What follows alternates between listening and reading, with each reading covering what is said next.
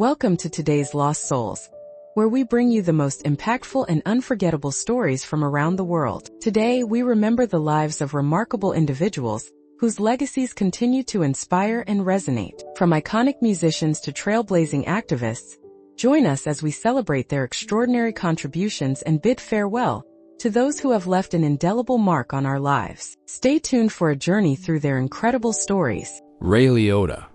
Ray Liotta, the acclaimed American actor, best known for his roles as Henry Hill in Goodfellas and Shoeless Joe Jackson in Field of Dreams, died in his sleep on May 26, 2022, at the age of 67.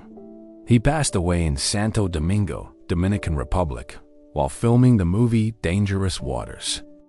At the time of his death, Liotta was engaged to JC Liotta. An autopsy report confirmed that Liotta died of natural causes, specifically acute heart failure, respiratory insufficiency, and pulmonary edema, fluid in the lungs. The underlying cause was atherosclerosis, which is the buildup of fats and cholesterol on artery walls, leading to narrowed and hardened blood vessels. Officials stated there was no evidence of violence or foul play and categorized his death as both natural and nonviolent. Liotta's death shocked colleagues and fans worldwide. He was widely recognized for his intense, charismatic performances, with a career that spanned nearly 5 decades and included notable roles in films like Something Wild, Unlawful Entry, Copland, Identity, and Narc, as well as the video game Grand Theft Auto, Vice City, where he voiced Tommy Vercetti. In addition to his film work, Liotta won a Primetime Emmy Award for his guest role on and received multiple nominations for his television performances. Following his passing, Liotta was honored posthumously with a star on the Hollywood Walk of Fame on February 24, 2023. His legacy endures through his memorable, nuanced characters in both film and television, and through his impact on generations of actors and audiences alike. James Earl Jones. James Earl Jones, the legendary American actor renowned for his deep, commanding voice and iconic performances, passed away on September 9, 2024, at the age of 93. He died at his home in Dutchess County, New York, surrounded by his family, as confirmed by his longtime agent Barry McPherson. Born on January 17, 1931, in Arkabutla, Mississippi, Jones overcame a childhood stutter and went on to become a pioneering figure for black actors in the entertainment industry. He had a prolific career spanning more than 6 decades, excelling on stage, film, and television. Jones was one of the few performers to achieve the EGO winning Emmy, Grammy, Oscar, and Tony Awards, which speaks to his immense talent and versatility. Jones made his Broadway debut in 1957 and earned critical acclaim for his performances in Shakespearean plays such as Othello, Hamlet, King Lear, and Coriolanus. He won multiple Tony Awards, including for The Great White Hope, 1968-70, where he portrayed Jack Johnson, the first African-American world heavyweight boxing champion, and later for Fences, 1987-88. He was also known for his Emmy-winning roles in television dramas like Gabriel's Fire and Roots, The Next Generation. In film, James Earl Jones is perhaps best known as the voice of Darth Vader in the original Star Wars trilogy and later installments, delivering the unforgettable line, "I'm your father." He also voiced Mufasa in The Lion King, 1994 and 2019. Cementing his place in iconic popular culture. His extensive filmography includes notable roles in Field of Dreams, Coming to America, Conan the Barbarian, and classics like Dr. Strangelove. Early in his career, Jones was a trailblazer in many respects. He was the second black actor nominated for an Academy Award for Best Actor and one of the first to have a recurring role on a daytime soap opera. He received numerous honors, including the National Medal of Arts, Kennedy Center Honors, the Screen Actors Guild Life Achievement Award, and an honorary Oscar in 2011. Recognizing his lifetime contributions, his death was mourned widely by colleagues, fans, and cultural institutions, recognizing him as a masterful actor whose voice and presence shaped American theater, cinema, and television across generations. Kirstie Alley. Kirstie Alley, the Emmy-winning American actress best known for her role as Rebecca Howe on the NBC sitcom Cheers, passed away on December 5, 2022, at the age of 71. She died at her home in Clearwater, Florida, after a brief battle with stage 4 colon cancer, which was only recently discovered before her death.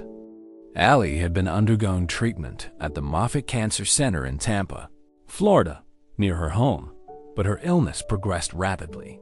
Her children, William True Stevenson and Lily Stevenson, announced her passing, describing her as an incredible, fierce and loving mother who fought with great strength and left a legacy of joy and zest for life.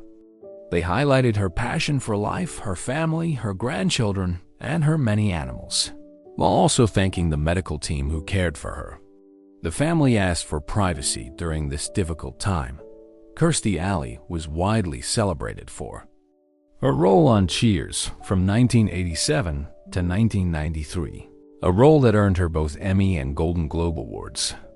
She was also known for films such as Look Who's Talking and television shows like Veronica's Closet and Fat Actress. Despite her public struggles, including weight fluctuations and controversies related to her support of Scientology, she remained a beloved figure in Hollywood. Her passing was mourned by co-stars and fans alike, with notable figures including her Cheers co-stars Ted Danson, Kelsey Grammer, and Rhea Perlman releasing memorial statements.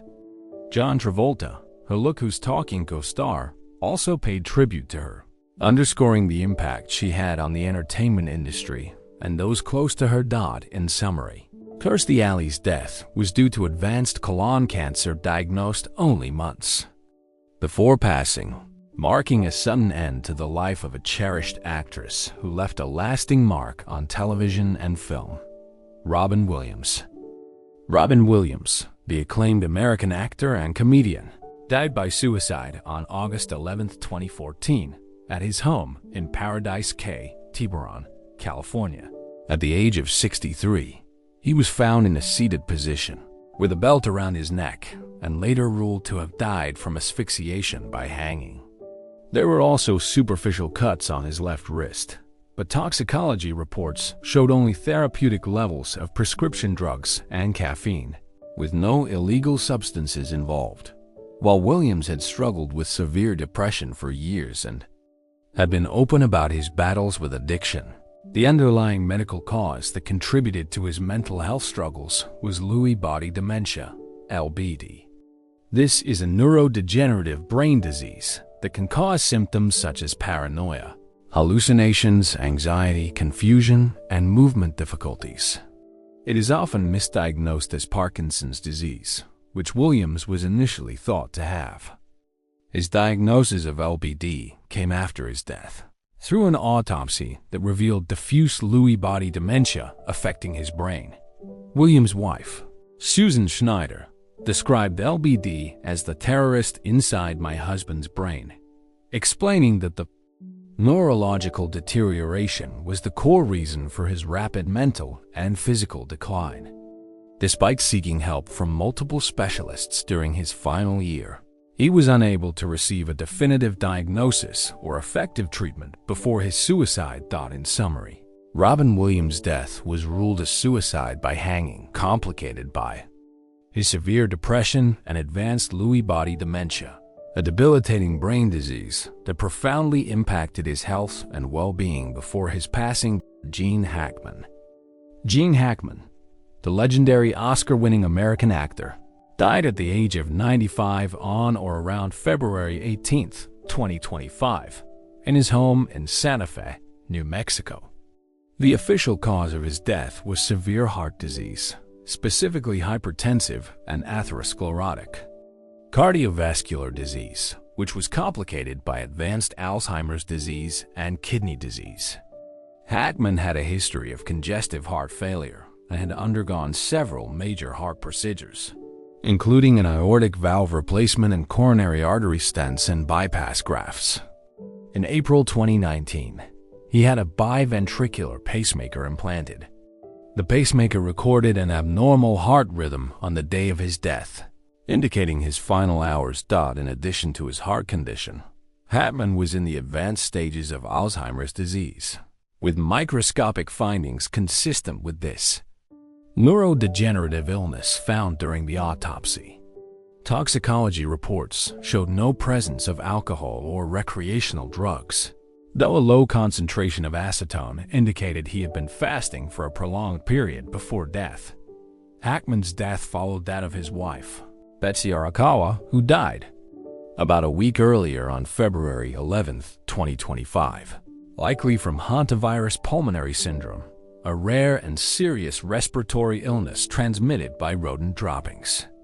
Arakawa had made medical appointments and internet searches related to flu-like symptoms and breathing difficulties shortly before her death, but did not seek in-person medical treatment.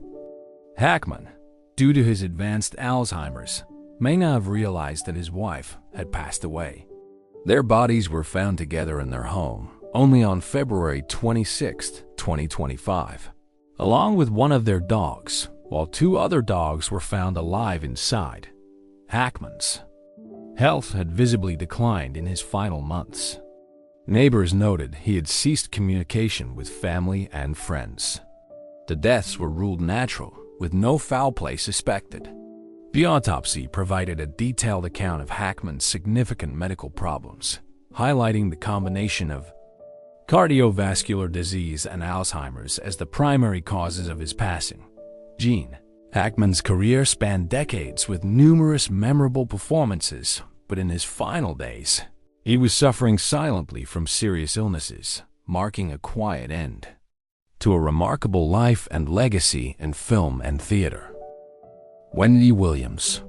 Wendy Williams entered the world on July 18, 1964, in the seaside city of Asbury Park, New Jersey, the middle child of Thomas and Shirley Williams, both educators who insisted academic excellence and outspoken honesty as household rules. Witnessing racial tension and economic decline loom over the boardwalk town, her parents sought safer streets and stronger schools, relocating the family to the leafy enclave of Wayside when Wendy was 5. From the moment she could grip a hairbrush like a microphone, she staged bedroom talk shows, interviewing dolls, imaginary pop stars, and anyone who would listen. Neighbors recalled a pint-sized dynamo greeting passers-by with weather reports and celebrity gossip she invented on the spot, foreshadowing the bold broadcaster she would become. While other children whispered secrets, Wendy preferred booming monologues, eager to command attention and shape narratives, even if the audience was simply her stuffed animals lined up at the foot of her bed. Life in suburban Ocean Township Elementary introduced Wendy to insecurities that later fueled her candor. A naturally tall child who struggled with baby fat, she endured teasing that sharpened her comedic timing and taught her to deflect pain with punchlines. Teachers pegged her as hyperactive. Her mother channeled that surplus energy into dance classes, Girl Scouts, and church choir, cultivating stage presence and discipline. At home, the dinner table doubled as a debating arena where current events were dissected, giving Wendy an early education, informing opinions quickly and defending them loudly. Her first taste of broadcasting came during a 5th grade talent show when she delivered mock news alerts about cafeteria mystery meat. The routine drew roars of laughter and a stern note from the principal, proving controversy could coexist with applause. By middle school, she was recording homemade countdowns on cassette, splicing song intros with commentaries, and dreaming of the day a real red on-air light would flash just for her. Ocean Township High School became a proving ground where Wendy refined both voice and vision. She juggled marching band symbols, student council campaigns, and cheerleading tries, always gravitating toward any microphone within reach.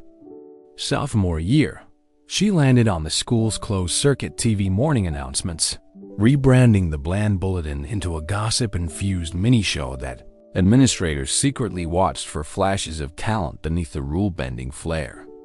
Academically, she excelled in English and theater. Yet, numbers revealed her practical side. An entrepreneurial streak surfaced when she sold custom mixtapes, writing personal shout-outs between tracks for $1 each, a precursor to product placement. Segments that would later monetize her celebrity. Outside class, weekend bus rides to New York let her study legendary radio jocks spinning at WBLS and Kiss FM, noting how their cadences rose and fell like hit songs. Those pilgrimages convinced her that college had to place her within transmitter range of big city airwaves. Northeastern University in Boston welcomed Williams in 1982, offering a communications program renowned for hands-on co-ops that mirrored real-world stations. She pledged Sigma Sigma sorority, but her true home was WRBB, the campus radio hub, where she hosted a late-night rhythm and blues blog peppered with sharp commentary.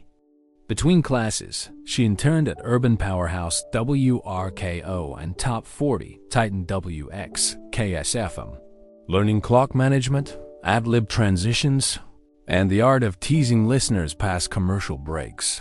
Professors praised her research, but flagged her for envelope pushing language. Wendy saw each reprimand as proof that she was cutting through noise. By senior year, she earned a Bachelor of Science and compiled a demo tape laced with controversial celebrity quips that most peers deemed too hot for air. That bold reel nonetheless landed her first professional gig in 1986. A part-time weekend slot at WVIS in the U.S. Virgin Islands, an exotic apprenticeship where she learned that ratings rise when hosts risk saying what others only think. Returning stateside in 1987, Williams embarked on a rapid climb that began at Washington, D.C.'s Wool and sped through stints at New York's WQHT and Philadelphia's W Where She Went. The pattern repeated. Blunt celebrity critiques sparked call-in frenzies. Management balked at FCC baiting candor. Ratings surged and promotions followed. Within months, she gathered a loyal audience of commuters who craved her unfiltered takes on music industry gossip and relationship drama. Affair. She meticulously logged every segment, studying laughter spikes and drop-off seconds like a scientist plotting waveforms. Determined to master the psychology of retention long before the term became digital currency. By her mid-20s, Wendy had earned the moniker Jack Jason, a badge she wore proudly, signaling that a new voice was storming a field dominated by men. Childhood. Confidence had matured into professional bravado, setting the stage for the broadcast breakthroughs that would soon catapult her into mainstream fame. Wendy's leap from radio icon to household television name began with a camera quietly rolling inside WBLS's studio in 2006, capturing her no-holds-barred interviews and lightning-quick reaction shots for a syndicated reality special called The Wendy Williams Experience, airing on VH1. The show translated her kinetic booth energy into a visual feast. Ringing phones blinked like paparazzi flashes. Soundboards lit up like control panels. And Wendy's expressive eyes became a meme factory long before social media crowned memes king. Ratings soared among viewers who craved authenticity over polish, convincing executives that her brand of blunt commentary could anchor daytime television. Behind the scenes, Wendy studied legends like Oprah and Phil, but vowed to keep her edge. No guest would be spared the How You Doing test. By 2008, she inked a development deal with DeBar Mercury, committing to a 6-week summer trial in just 4 markets, betting that curiosity alone could vid her from regional radio queen to national TV contender. The limited run of The Wendy Williams Show premiered July 14, 2008.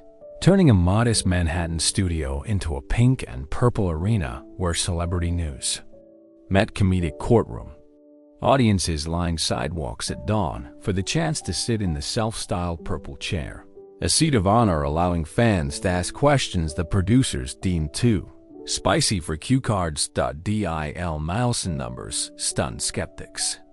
Within weeks, the test markets reported double-digit growth in key female demographics, prompting lightning-fast syndication to 52% of U.S. households by September 2009. The format: Hot Topics, Monologue, Celebrity Interview, Audience Ask Wendy. Segment was simple but addictive, relying on Wendy's uncanny ability to pivot from jaw-dropping confession to playful dance. Break without losing breath or viewer trust. Her signature catchphrases, "Friend in my head," "Say it like you mean it," became cultural shorthand, quoted everywhere from barbershops to boardrooms, solidifying her as a daytime disruptor, unafraid to sip, spill, and stir tea on air. Television success unlocked new creative avenues. In 2011, she joined season 12 of Dancing with the Stars, partnering with Tony Dovolani and sashing through chas that showcased charisma over choreography. Though eliminated in week 2, her brief stint amplified mainstream recognition and reminded audiences that Wendy embraced spectacle as gladly as she dissected it. Cameos followed. She voiced a gossip columnist on Drop Dead at Diva, popped up as a judge on RuPaul's Drag Race, and lent comedic timing to Bets Martin's revival episode. Each appearance acted as cross-pollination, funneling new viewers back to her daytime domain, while expanding her resume beyond talk show host. Meanwhile, the show's after show, a candid vlog filmed on her office couch and uploaded minutes after tapings, pioneered second screen engagement, gathering millions of views and proving Wendy could dominate both broadcast and digital landscapes by treating fans like confidants rather than consumers. As ratings climbed, she parlayed leverage into executive producer status, greenlighting a string of Lifetime films spotlighting controversial pop culture figures. Aaliyah, the Princess of R&B 2014, stirred debate yet drew record audiences for the network, demonstrating Wendy's keen instinct for stories that ignite conversation. She followed with the Wendy Williams Project development slate, shepherding titles like Death of a Cheating Man and The Salt and Pepper Story, each infused with her trademark candor and soundtrack of 90s nostalgia. In 2021, Lifetime premiered Wendy Williams, the movie alongside the documentary What a Mess, both executive produced by and starring Wendy's narration. The dual release offered unfiltered insight into her career highs and personal storms, blurring lines between subject and storyteller, while dominating social media trends for an entire weekend. Critics noted that few talk show hosts would dare dissect their own scandals so publicly. Audiences rewarded the risk with record-breaking viewership that reaffirmed her enduring pull. Beyond the screen, Wendy launched a fashion line on HSN, designing size-inclusive pieces that sold out during live broadcasts and introduced Wendy Williams Hair World, offering wigs and extensions inspired by her ever-changing on-air looks. She became a fixture on red carpets, Met Gala, BAT Awards, MTV VMAs, where reporters flipped roles and asked her to dish on her style secrets. By the close of the 2010s, The Wendy Williams Show averaged over 1.6 million daily viewers across 200 stations, won multiple daytime Emmy nominations, and earned a plaque in the Radio Hall of Fame, recognizing the rare talent who conquered both microphone and camera. Throughout, Wendy maintained an unspoken agreement with her audience. She would keep it talking as long as they kept listening, never dulling the edge that first cut through static decades earlier. Wendy's trademark confidence often masked a lifelong tug-of-war with her own physiology. Childhood weight swings fed cycles of fad diets and self-deprecating humor, but a deeper cause emerged in her early 30s when tests confirmed hyperthyroidism and Graves' disease. Palpitations, protruding eyes, and wild temperature shifts followed.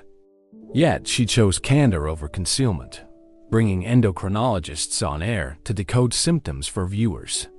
Medication and diet abated the storms, but every flare reminded audiences that the hot topics queen was hosting her own internal talk show, debating energy levels, heart rhythms, and swollen glands before ever stepping behind the purple desk.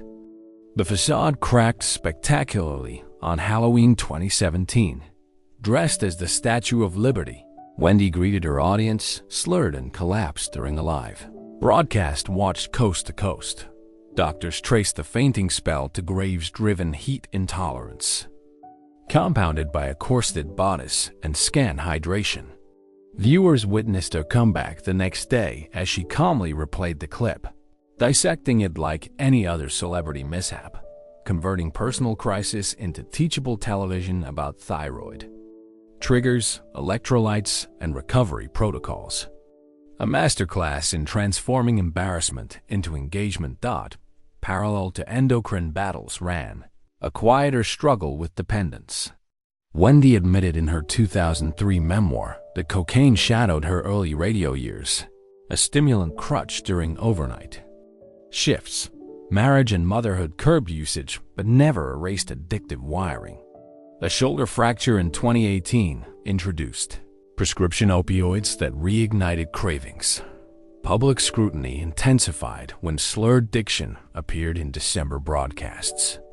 In March 2019, she stunned viewers by announcing a sober house stay, then returned weeks later to describe group meetings, curfews, and daily gratitude lists, framing sobriety as an evolving plotline rather than a triumphant finale.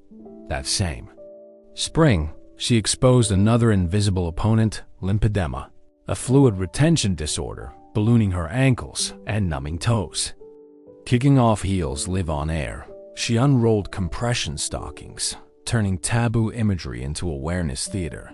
Physical therapy, aquatic workouts, and low-sodium meal plans joined her regimen.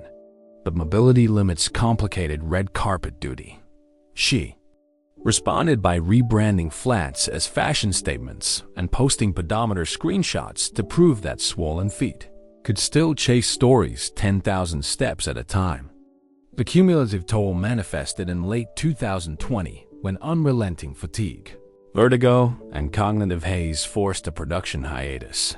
COVID tests were negative. Specialists blamed the Graves flare amplified by stress and grief over her public divorce.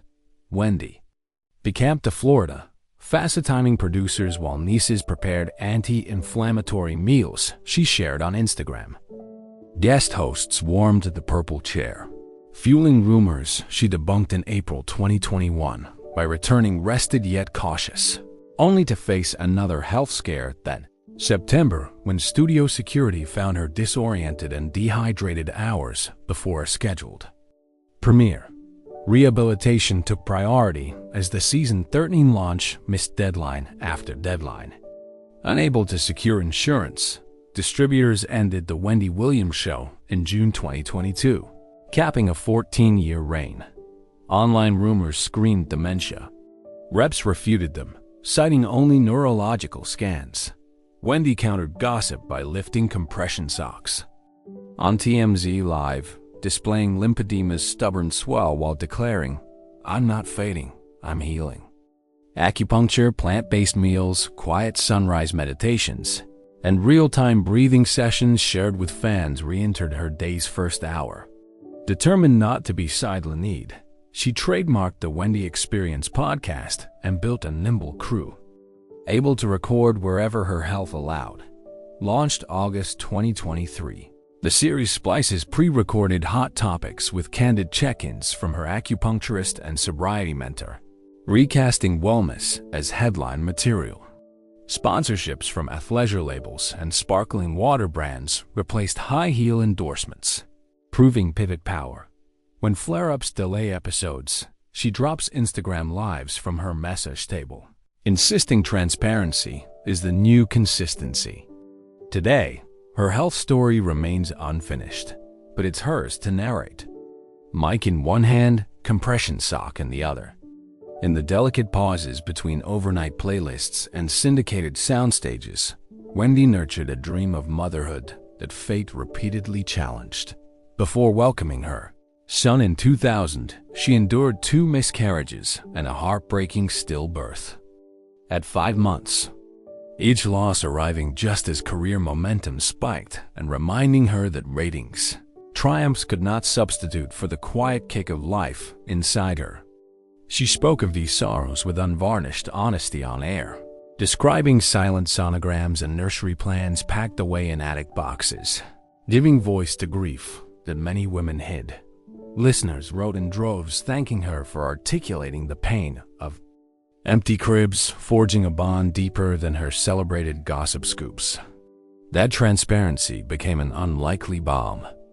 But transforming private sorrow into communal conversation, Wendy discovered that vulnerability could coexist with flamboyance and that tears shed behind studio doors might water the very empathy that made her audience grow. When personal heartbreak turned marital, the pain unfolded beneath the Klieg lights of daytime TV. Wendy's 22-year marriage to Kevin Hunter, once her business partner and executive producer, unraveled publicly in 2019 after tabloid photos revealed his longtime affair and the birth of a child with another woman. Filing for divorce live on air, she removed her wedding ring during Hot Topics, declaring, "My ring means work. Work is done." The split cleaved not just a household but a production nucleus. Staff who once balanced spousal dynamics suddenly navigated tense power shifts, and Wendy confronted the sting of betrayal from the man who had safeguarded her brand.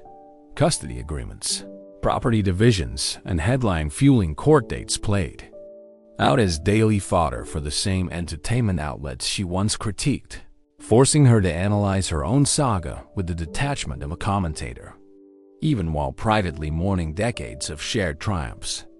Grief deepened in December 2020 with the death of Wendy's beloved mother, Shirley, a retired special education teacher whose reserved elegance perfectly counterbalanced her daughter's flamboyant candor. Pandemic restrictions limited funeral attendance, and a public foe erupted when Wendy's younger brother alleged she had skipped a service, an accusation she refuted on air, tears shimmering beneath false lashes. The episode spotlighted familial fissures intensified by fame, private disagreements magnified into trending topics, condolences drowned by clickbait.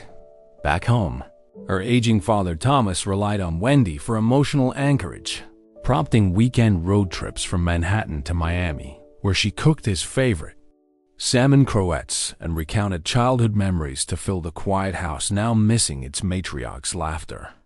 Professional losses followed close behind. The 2022 cancellation of the Wendy Williams show severed a 14-year daily ritual that had defined her identity as much as her surname. Crews dismantled the iconic purple chair, auctioned set pieces, and erased her name from studio doors where eager fans once posed for selfies. Syndication partners pivoted to new hosts. And Wendy wrestled with the vacuum left by vanishing countdown clocks and applause signage.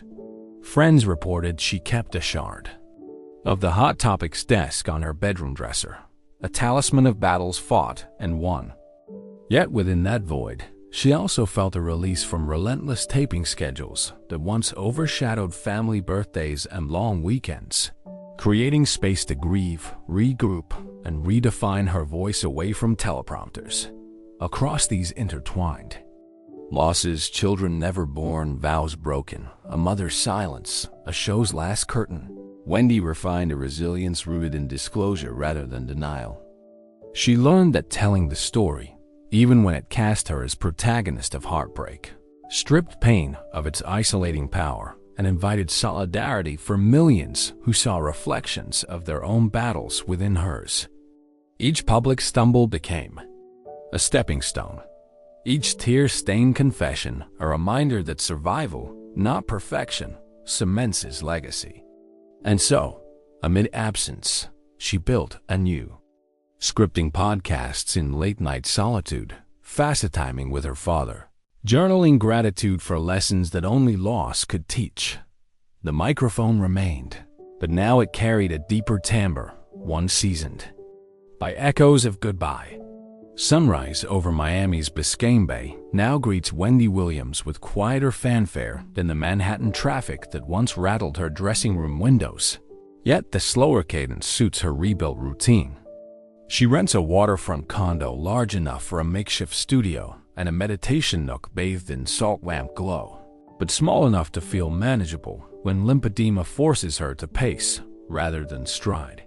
Each morning begins with guided breathing. Broadcast live to Instagram. Thousands join, exhaling in sync, followed by thyroid meds, turmeric tea, and a brisk walk with her rescue Frenchie chit-chat, whose tiny legs set a pace doctors endorse.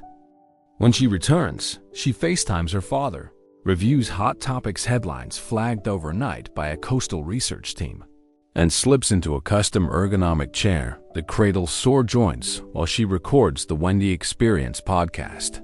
The show's soundstage is simply a velvet backdrop and ring light. Yet, the intimacy has rekindled her early radio spark.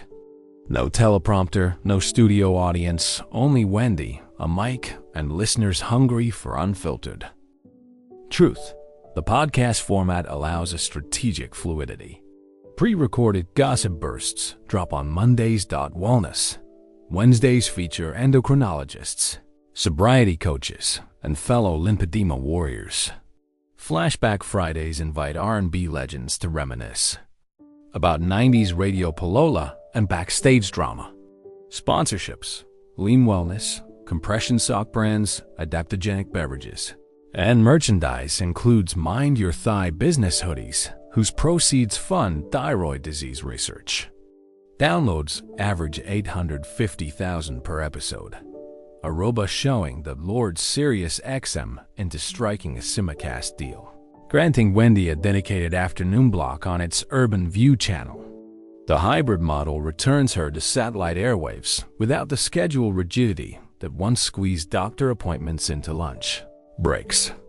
Analytics prove that the most replayed segments are personal health updates, validating her belief that vulnerability sustains engagement as powerfully as scandal once did. Entrepreneurship remains integral. Wendy Williams' Hair World relaunched online with Kemley lace fronts curated in partnership with oncology nurses. Wig sales spike each October during Breast Cancer Awareness Month when Wendy live streams tutorials on scarf tying and scalp care. Her HSN fashion collaboration pivoted from club dresses to athleisure sets engineered for lymphatic comfort. High-waisted leggings with hidden compression panels and bamboo blend tunic tops that wick moisture during hot flash episodes. She co-founded the nonprofit Talk Thyroid Foundation, hosting quarterly virtual summits where endocrinologists decode lab results. In plain English, and patients swap tips on managing eye bulge and energy dips. Grants underwrite free TSH screenings at pop-up clinics in underserved neighborhoods, echoing the public service ethic instilled by her educator parents. As chairwoman, Wendy mingles fiscal oversight with hands-on advocacy, often appearing unannounced to check blood pressure stations and selfie with volunteers. Public-facing Wendy still relishes red carpets, but choosier invites keep appearances meaningful. She dazzled in metallic flats at the 2024 BET Awards, serving as special correspondent for ENB. Viral praise for hugging a plus-size fan whose homemade wig mirrored Wendy's own. Vanity Fair hired her as guest editor for its 2025 Icons of Transparency issue, allowing her to commission essays from figures like Demi Lovato and Jonah Hill on navigating public health in private pain. Television hasn't vanished either.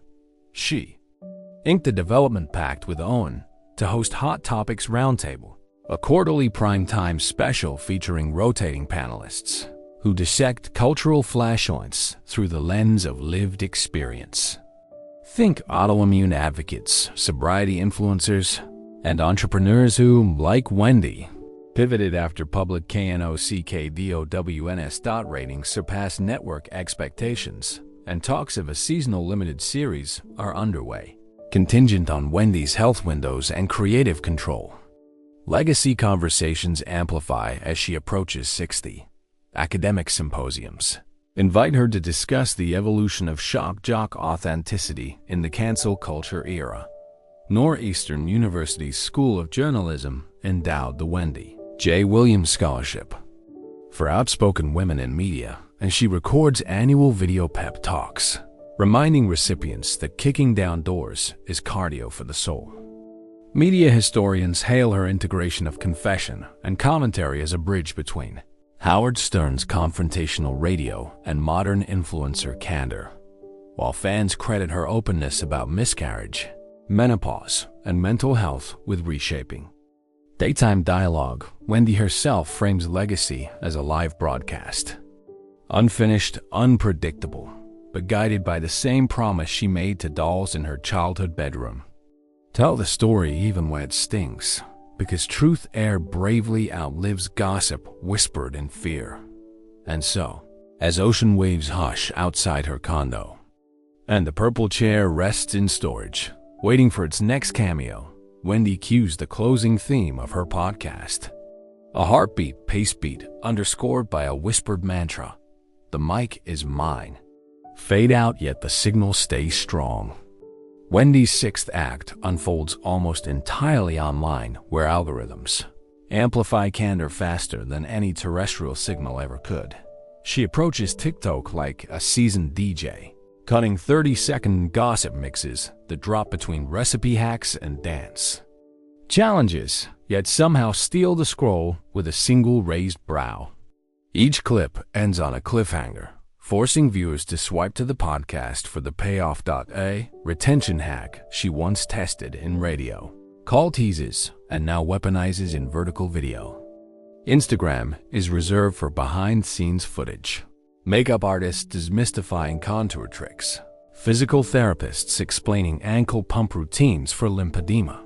While Threads hosts Flash Q and Az's, where Wendy replies rapid-fire to fan confessions about cheating partners or thyroid flare dash-ups. She studies audience retention graphs, the way she once dissected Arbitron books, noting that viewer drop-off plummets whenever she breaks the fourth wall. Don't leave yet. The good tea simmers at the bottom. By splitting stories across platforms, she ensures her narrative permeates every feed, transforming digital breadcrumbs into a full-course content meal. Philanthropy, once an occasional telethon appearance, now operates as a core pillar of her brand strategy. Partnering with Feeding America, she lives grocery hauls, showing how to build thyroid-friendly meals on food stamp budgets. Then donates duplicate carts to local shelters in real time. The Talk Thyroid Foundation's annual glow-up. Gail has shifted from hotel ballroom to Metaverse rooftop selling NFT tickets, whose proceeds funded mobile endocrine clinics across rural Appalachia. Guest avatars arrived in glam wigs designed by Wendy Williams. Hair World merging charity commerce and signature flair. She's also financed microloans for minority women launching podcast ventures, stipulating each recipient attend a crash course in FTC disclosure and brand safety protocols. Skills. Wendy learned the hard way when early YouTube uploads were demonetized for spicy language. By tying funding to education, she expands her legacy from talk show blueprint to entrepreneurial mentorship, ensuring the next wave of outspoken hosts owns both the mic and the monetization plan. Academia courts her as a living syllabus. Media. Studies professors assign episodes of the Wendy Experience podcast alongside Edward Bernay and Marshall McLuhan, exploring how her shock with substance approach predates influencers' oversharing economy. She guest lectures via hologram at Syracuse, dissecting the anatomy of a viral clip. Hook authenticity reveal macro conflict, micro resolution.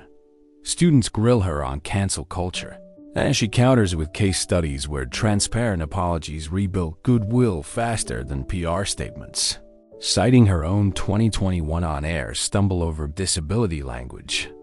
and the subsequent week-long series spotlighting disabled creators' perspectives. Nor. Eastern's Wendy Williams Scholarship Cohort submits annual capstone projects proposing ethical frameworks for gossip reporting in a deep fake era, each graded by Wendy herself through color-coded voice notes that mix praise, blunt critique, and signature sign-offs. Class dismissed. Go sip responsibly.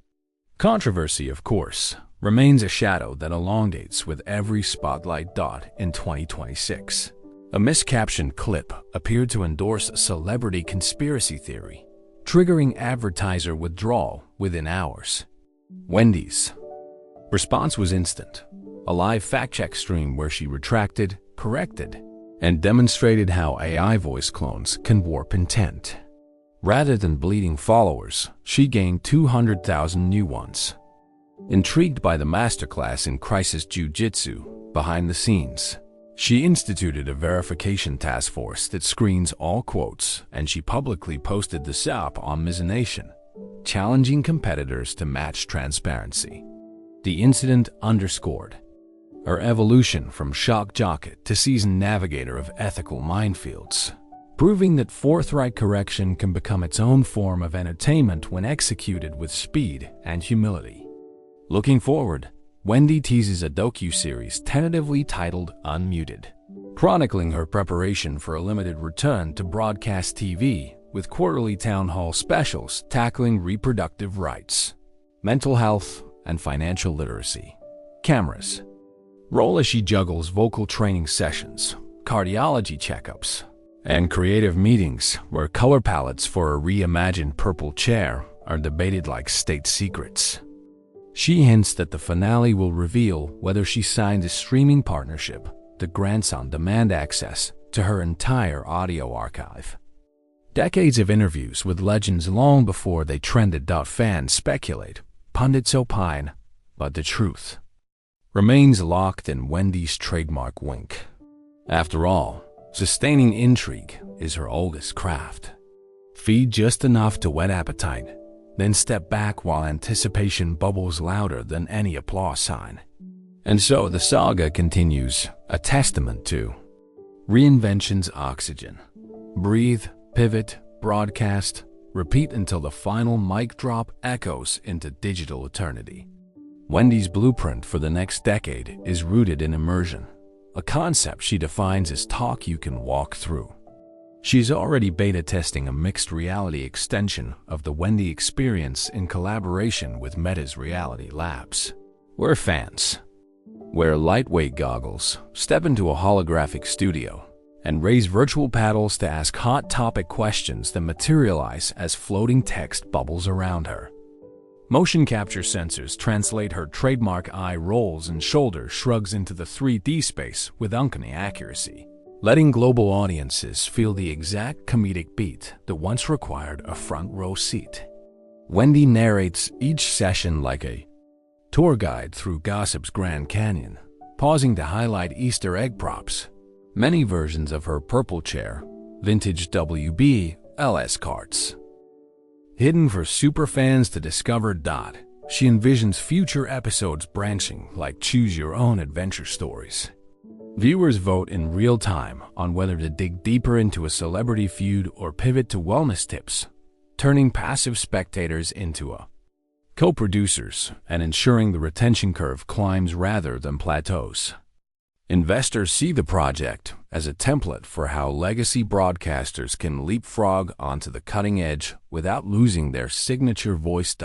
To safeguard creative and financial independence, Wendy has quietly assembled the Williams Wisdom Trust, transferring intellectual property from radio air checks to TikTok sound bites into an entity controlled by herself, her son Kevin Jr., and a board of advisors specializing in digital rights. The Trust's mission is twofold: monetize archival content through licensing deals with documentary filmmakers and streaming platforms, and fund scholarships for aspiring broadcasters who vowed to keep at least 51% ownership of their work. Each contract Wendy signs carries an automatic revenue slice for the Trust, ensuring her decades of candid storytelling keep fueling opportunity long after she logs off for good. Financial planners applaud the model as a modern answer to syndication. Residuals, one that acknowledges the fragmented media landscape while maintaining a single point of stewardship. In quarterly webinars, she breaks down balance sheets for fans, demystifying terms like evergreen royalty and back-end equity, proving that transparency in money matters can be just as riveting as a spilled Hollywood secret when narrated with flair. On the personal front, life has narrowed to an intentional circle that nourishes rather than drains. Weeknights find Wendy hosting intimate dinner salons where guest lists are capped at 6, a rotating mix of musicians, endocrinologists, comedians, and crypto artists who must agree to place phones in a velvet bag for the evening. Conversation topics range from autoimmune protocols to algorithmic bias, each punctuated by Wendy's signature catchphrase, "Let's peel that onion," and a dessert of gluten-free sweet potato pie conjured from her late mother's recipe. Her 20-something son, now a budding documentary editor, often records these gatherings as B-roll for future projects, capturing a softer off-air Wendy who laughs until mascara smudges and signs off each night with a group gratitude circle. Weekend trips to Miami's Little Haiti market with her father offer family continuity. They barter for fresh sorrel, then sit on park benches where Wendy reads aloud. Fan letters from thyroid patients who credit her with saving their eyesight or sanity. These moments anchor her, reminding her that influence is measured not only in clicks, but also in the quiet echo of lives changed. As sunset paints the bay in gold and violet, Wendy often steps onto her balcony, purple house slippers matching the sky, and reflects on a career that began with cassette deck countdowns and now pulses through fiber optic cables across continents. She knows each reinvention has carried risk of cancellation, of misunderstanding, of physical collapse, but also understands that static signals fade faster than those tuned to the frequency of change. So she plans one last twist, a living memoir, updated yearly via blockchain entries, impossible to ghost edit, cementing her story in public ledger as it unfolds. The inaugural entry is already minted.